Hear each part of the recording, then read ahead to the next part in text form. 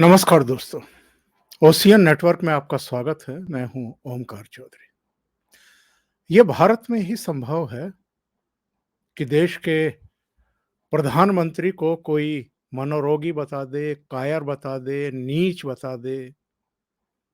प्रधानमंत्री की 100 वर्ष की बुजुर्ग माँ के बारे में अनाप-शनाप कुछ भी बक दे और उसके बाद भी वो स्वतंत्र रूप से देश में घूमता भी रहे, मीडिया उसको हाइलाइट भी करता रहे और वो पहले की तरह ऊल-जलूल, अनाप-शनाप जो दिल में आए वो कहता रहे और बकता रहे। अभिव्यक्ति की स्वतंत्रता के नाम पर और संविधान में मिले हुए अधिकारों के नाम पर जिस तरह की बदतमीजी हमारे देश में होती है, ख़ास तौर से जो पॉलिटिकल क्लास है, जो इतनी एम्बिशंस हो गई है, इतनी उतावली हो गई है कि उसको चाहे शॉर्टकट्स अपनाने पड़े, चाहे सर्वोच्च पदों पर बैठे हुए लोगों के ऊपर कीचड़ उछालना पड़े, उनके बारे में झूठ बोलने पड़े, उनको गालियाँ देनी पड़े। पर अगर मीडिया में सुर्खियाँ मिल रही हैं, अगर वो लाइमलाइट में आ रहे हैं, अगर वो चर्चा का विषय बने हुए हैं और ये तो हम जानते हैं कि डेमोक्रेसी है। डेमोक्रेसी ना भी हो तो बहुत सारे दूसरे देश जहाँ डेमोक्रेसी नहीं है, वहाँ भी जो सत्ता में होते हैं, उनके विरोध में भी बहुत सारे लोग होते हैं, यानी उनसे नाखुश लोगों की भी कोई कमी नहीं होती है। और यही वजह है कि जो विपक्षी दलों की एक पूरी जमात है, वो पनपती है, उसको भी वोट मिलते हैं, उसको भी सीटें मिलती हैं। उसकी भी अपनी एक भूमिका होती है, हर देश में होती है, हर समाज में होती है।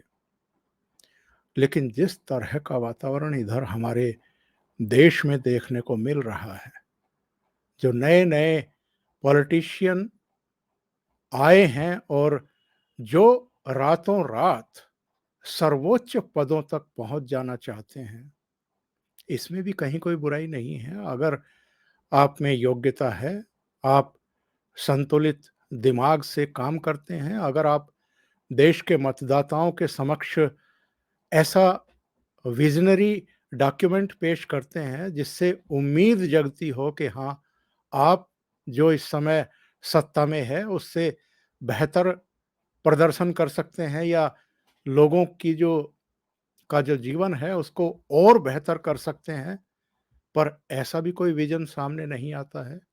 ये भी गलत, ये भी गलत, ये भी गलत और सारे भ्रष्ट, हम दूध के धुले हुए हैं। इस तरह की चीज़ें करके और लोगों को भरमा करके आप अगर सब कुछ फ्री का बाँट करके, रेवड़ियाँ बाँट करके सत्ता हासिल करना चाहते हैं और मीडिया को मैनेज करके एक तरीके से उसको अपने फ़ेवर में एक हवा बनाने के टूल के तौर पर इस्तेमाल करने की सारी हदें लाँघते हैं, तब बहुत बड़े सवाल खड़े होते हैं। पिछले करीब-करीब 10-12 दिनों में, 15 दिनों में जो कुछ हुआ है, वो चिंता पैदा करने वाली घटनाएँ हैं। जिस तरह से एक के बाद एक भारतीय जनता पार्टी के आईटी सेल के प्रमुख अमित मालवीय ने आम आदमी पार्टी के जो गुजरात में प्रदेश अध्यक्ष हैं, उनके अलग-अलग समय के 3 वीडियो जारी किए हैं और उन वीडियोज़ में जिस तरीके से गोपाल इटालिया ने बदजुबानी कर रखी है, प्रधानमंत्री के बारे में भी, उनकी सरकार के बारे में भी, उनकी मदर के बारे में भी जो 100 साल की हुई हैं अभी कुछ समय पहले आपको याद होगा। वो ये सवाल खड़े करता है कि इनकी मंशा क्या है? अरविंद केजरीवाल किस तरह की बदजुबानी कर चुके हैं ऑलरेडी प्रधानमंत्री के बारे में, ये तो हम आप सब जानते हैं। मनोरोगी, कायर और पता नहीं क्या-क्या, और विधानसभा के भीतर भी खड़े होकर के उन्होंने प्रधानमंत्री के बारे में बहुत ऊल-जलूल बातें की हुई हैं। लेकिन जिस तरीके से और जिस लैंग्वेज में, निचले स्तर की लैंग्वेज में इन वीडियोज़ में बातें कही गई हैं, वो आश्चर्यचकित करने वाली हैं। के आदमी मुख्य वड़ा प्रधान नरेंद्र मोदी, मैं इस बात की पुष्टि नहीं करता हूं, लेकिन आज यहाँ पे चुनाव चल रहा है। मुझे आप सब लोगों से जानना है कि क्या भूतकाल में ये 2018 का या 19 का वीडियो बताया जा रहा है। बड़ा सवाल ये उठता है कि इतना पुराना वीडियो अब 2022 के विधानसभा चुनाव से पहले क्यों वायरल किया गया? इसकी ज़रूरत क्या थी? ज़रूरत क्यों महसूस की गई? और अगर ये अमित मालवीय ने ही जारी किया है, तो दूसरे सवाल भी खड़े होते हैं कि भारतीय जनता पार्टी का आईटी सेल ही इस तरह की चीज़ें वायरल क्यों कर रहा है, सवाल क्यों खड़े कर रहा है? और क्या कहीं कोई ये स्ट्रैटेजी का हिस्सा है, या किसी और ने इसको वायरल किया है और अमित मालवीय ने इसको बाद में अपने ट्विटर हैंडल पर डाल करके सवाल खड़े किए हैं कि आम आदमी पार्टी के जो प्रदेश अध्यक्ष हैं, वो अरविंद केजरीवाल के इशारे पर प्रधानमंत्री के बारे में इस तरह की बदजुबानी कर रहे हैं। इनका एक और वीडियो वायरल हुआ, वैसे तो 3 वीडियो वायरल हुए हैं, लेकिन मैं आपको 2 वीडियो ही दिखा रहा हूँ और उसके भी हल्के से अंश आपको दिखा रहा हूँ, ताकि आपको एहसास हो सके कि किस तरह की बदजुबानी की गई है प्रधानमंत्री के बारे में भी और प्रधानमंत्री की माताजी के बारे में भी। उन माताजी के बारे में जिनका राजनीति से कोई लेना-देना नहीं है। કેમ નથી માંગતા તમે? નીચ કિસ્મનો માણસ, એનો ખર્ચો માંગો. અને હીરાબા આવીને પાછા નાટકો કરે. આપણને બોલતા શરમ આવે એટલી મોટી ઉંમરના વ્યક્તિ વિશે, પણ એ લોકો નથી શરમાતા. 70 વર્ષનો મોદી થવા આવ્યો, હીરાબા પોતે 100 પહોંચવા આવશે, તોય મારા બેટા कौन है ये गोपाल? इसके बारे में मैं आपको थोड़ी-सी जानकारी दे देता हूँ, ताकि आपको पता चल जाए कि जो बकवासबाजी हुई है, जो बदजुबानी हुई है, जिस तरह से मीडिया को एक तरीके से इस पर चर्चा करने के लिए और आम आदमी पार्टी को लाइमलाइट में लाने के लिए बाध्य किया गया, रणनीतिक तौर पर इसको टूल की तरह इस्तेमाल किया जा रहा है। वरना आम आदमी पार्टी की इसके अलावा क्या हैसियत है कि दिल्ली में उसकी सरकार है अरविंद केजरीवाल के नेतृत्व में, और पंजाब में उसकी सरकार है भगवंत मान के नेतृत्व में। जहाँ तक लोकसभा का सवाल है, लोकसभा में तो एक सांसद उसका नहीं है।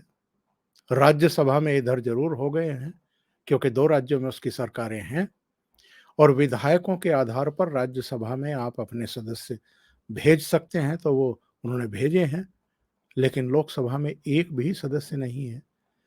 इसके बावजूद 303 लोकसभा सदस्य चुनवा कर लाने वाले इस देश के लोकप्रिय प्रधानमंत्री के बारे में जिस तरह की लैंग्वेज का इस्तेमाल किया गया है, और गुजरात में भी चाहे अरविंद केजरीवाल हों, मनीष सिसोदिया हों, संजय सिंह हों, राघव चड्ढा हों, या जो इनकी वहाँ की जमात है वो जिस तरीके से प्रधानमंत्री को अटैक कर रहे हैं, उन पर अटैक कर रहे हैं, इसके पीछे जो पूरी रणनीति है, वो भी मैं आपको बताऊँगा कि कांग्रेस को इर्रेलेवेंट करने के लिए ये सब नाटक नौटंकी किए जा रहे हैं, और पूरे सोच समझ करके किए जा रहे हैं।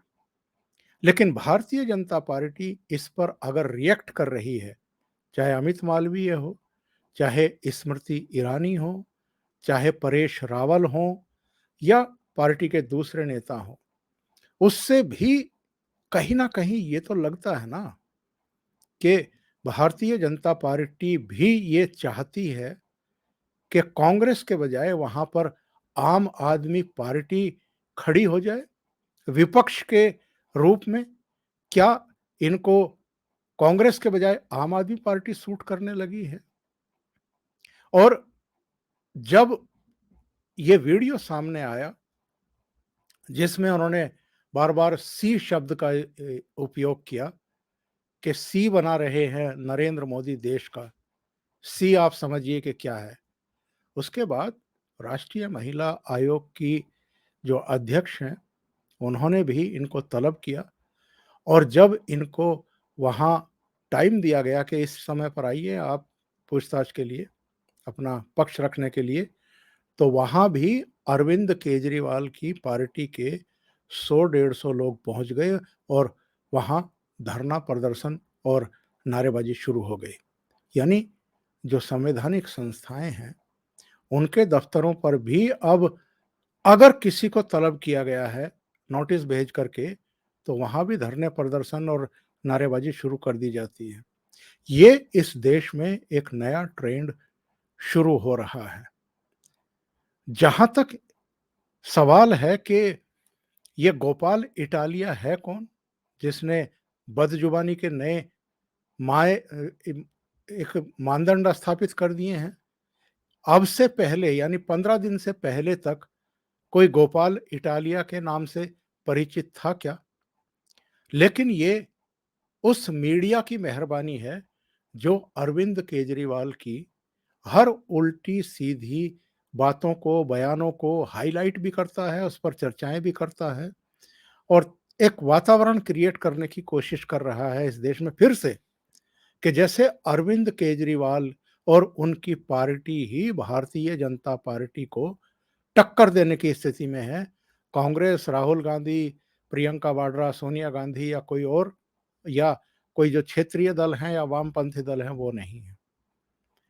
तो इनके बारे में ज़रा ये जान लीजिए कि ये किस तरह के व्यक्ति हैं और इनको कब अरविंद केजरीवाल ने वहाँ प्रदेश अध्यक्ष बनाया। जून 2020 में पहले इनको आम आदमी पार्टी का गुजरात का उपाध्यक्ष बनाया गया और 6 महीने के भीतर इनको प्रदेश अध्यक्ष बना दिया गया, यानी प्रमोट कर दिया गया।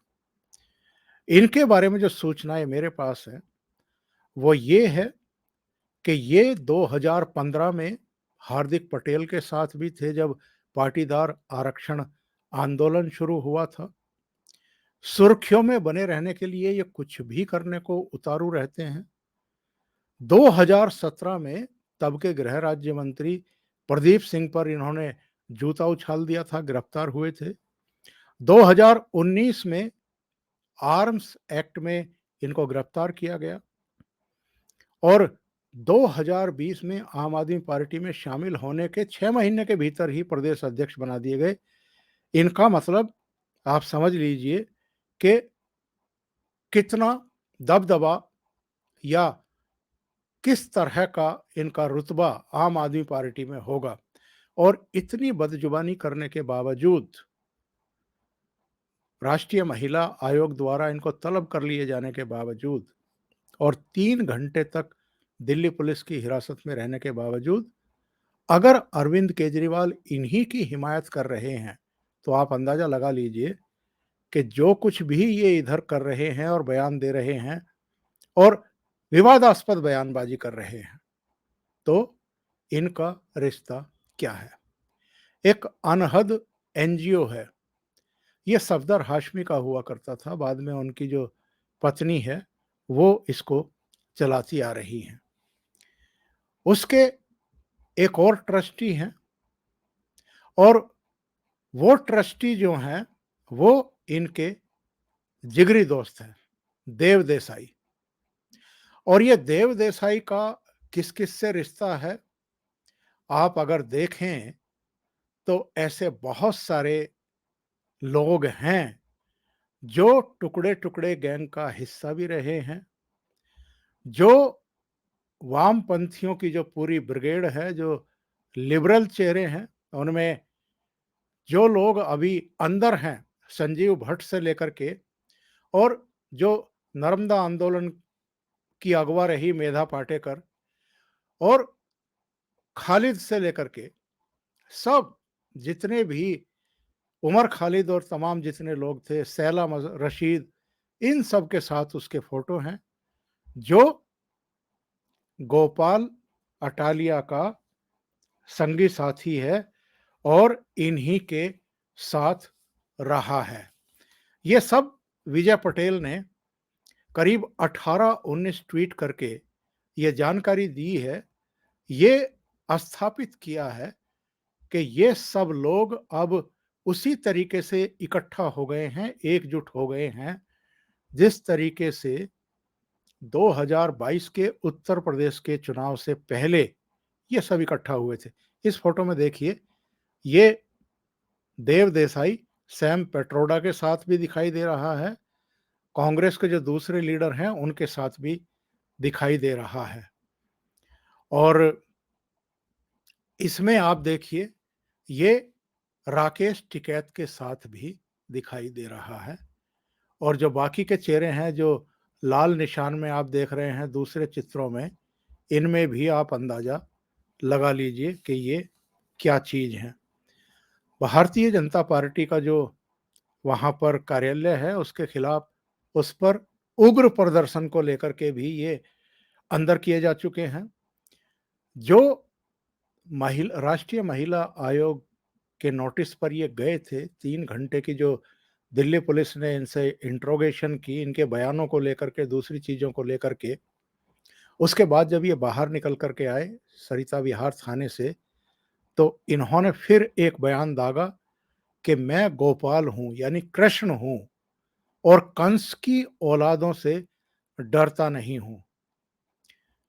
इनके अगर अतीत के बारे में हम देखें, 2013 में ये कांस्टेबल थे, 2014 में राजस्व क्लर्क थे, फिर इनको दोनों जगह से ही निकाला गया सरकारी सेवा से। उसके बाद इन्होंने बेरोजगारों के नाम पर, नागरिक अधिकारों के नाम पर धरने, प्रदर्शन, इस तरह की चीजें करनी शुरू कर दी। हार्दिक पटेल हो, जिग्नेश मेवाणी हो, या आपके उमर खालिद हो, सहला रशीद हो, संजीव भट्ट हो, मेधा पाटेकर हो, सलमान निजवी हो, कन्हैया कुमार हो, सैम पेट्रोडा हो, इसुदान गढ़वी, जो पत्रकार से अब आम आदमी पार्टी में शामिल हो चुके हैं, इन सब के साथ इसकी गतिविधियां भी रही हैं, इसकी यारी दोस्ती भी रही है, और जो एक पूरा गैंगअप करके इन लोगों ने अब वहां एक माहौल बनाया है, मीडिया के जरिए भी और दूसरे जरिए भी, उसका भी ये अहम हिस्सा बताए गए हैं। इससे आप सहज अंदाजा लगा सकते हैं कि अरविंद केजरीवाल किस तरह के लोगों को अलग अलग राज्यों में जिम्मेदारियां सौंप रहे हैं। खासकर जिस तरीके से वो दिल्ली में या पंजाब में जाकर के, या उत्तर प्रदेश में, उत्तराखंड में जाकर के प्रधानमंत्री के खिलाफ अलग अलग मुद्दों पर बहुत तीखी बयानबाजी करते रहे हैं, सेना पर सवाल खड़े करते रहे हैं, चाहे सर्जिकल स्ट्राइक हो, एयर स्ट्राइक हो, या पूर्वी लद्दाख में जो चीन की गुस्ताखियां थी उस पर भी चीन के खिलाफ, या उधर एलओसी पर जो हरकतें होती हैं उनके लिए पाकिस्तान को जिम्मेदार ठहराने के बजाय ये प्रधानमंत्री नरेंद्र मोदी पर अटैक करते रहे हैं। तो ऐसे लोगों को ये खुद प्रमोट कर रहे हैं, और ये जो वहाँ माहौल क्रिएट करने की कोशिश कर रहे हैं, इसके पीछे मंशा ये है, मकसद ये है कि ये ही सुर्खियों में बने रहें, इन्हीं पर फोकस रहे मीडिया का, और कोई दूसरे जो विपक्षी दल हैं, जो भारतीय जनता पार्टी के खिलाफ चुनाव लड़ते रहे हैं और सेकंड पोजीशन में आते रहे हैं, यानी कांग्रेस, वो पूरी तरीके से इर्रिलेवेंट हो जाए, उसकी कोई चर्चा ही ना होने पाए। ये अरविंद केजरीवाल और उनके संगी साथियों को भी पता है कि वो सत्ता में नहीं आ रहे हैं, लेकिन शायद उनका एम ये है कि इस चुनाव में कांग्रेस को इर्रिलेवेंट किया जाए और अगर हो सके तो कांग्रेस के बजाय ये भारतीय जनता पार्टी के मुकाबले में वहां आ जाएं। पर क्या ये शॉर्टकट्स अपनाने के लिए, मतलब जल्दी सफलता हासिल करने के लिए, क्योंकि जमीन पर तो कभी कोई इन्होंने काम किया नहीं है वहां पर। जब चुनाव आते हैं तो मीडिया को मैनेज करके इस तरह के ये हथकंडे अपनाते हैं जो एक स्वस्थ लोकतंत्र में कोई स्वीकार नहीं कर सकता है। पर शॉर्टकट्स अपना करके इनका जो मकसद है, इनकी जो मंशा है, वो साफ तौर पर दिखाई दे रही है। और इस देश का ये दुर्भाग्य है कि मीडिया ये जानते बूझते हुए भी इनकी इस तरह की बदजुबानियों पर भी कई-कई घंटे बैठ कर के डिबेट करता है और इनको हाइलाइट में लेकर के आ गया है। अभी के लिए इतना ही। बहुत-बहुत धन्यवाद। अगर आपको ये चैनल और इसके कंटेंट पसंद आ रहे हैं, तो लाइक करें, कमेंट करें, वीडियो को शेयर भी करें। अभी तक अगर आपने ये चैनल सब्सक्राइब नहीं किया है, तो सब्सक्राइब कर लें और साथ में लगे बेल आइकॉन को दबा दें, ताकि आगे आने वाले वीडियो और उनके नोटिफ़िकेशन आप तक पहुँचते रहें। बहुत-बहुत धन्यवाद। नमस्कार।